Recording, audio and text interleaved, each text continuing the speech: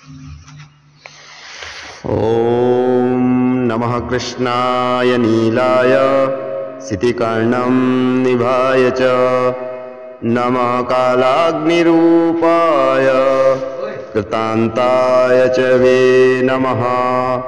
नमो निर्मांसदेहाय दीर्घस्य मनुजटाय च नमो विशालनेत्राय शुष्कोदरभयाकृत नमः पुष्कलगात्राय स्थूलोणीर्थवे नमः।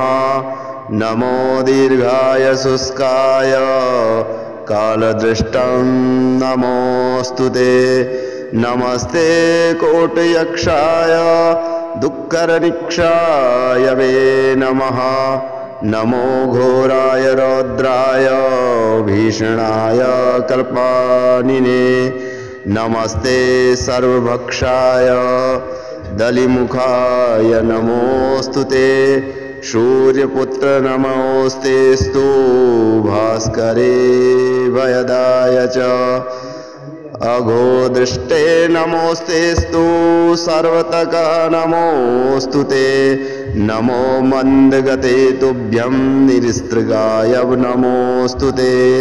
तपसा दग्धदेहाय नित्ययोगरताय च नमो नित्यक्षुधार्ताय अदुष्टाय च वे नमः।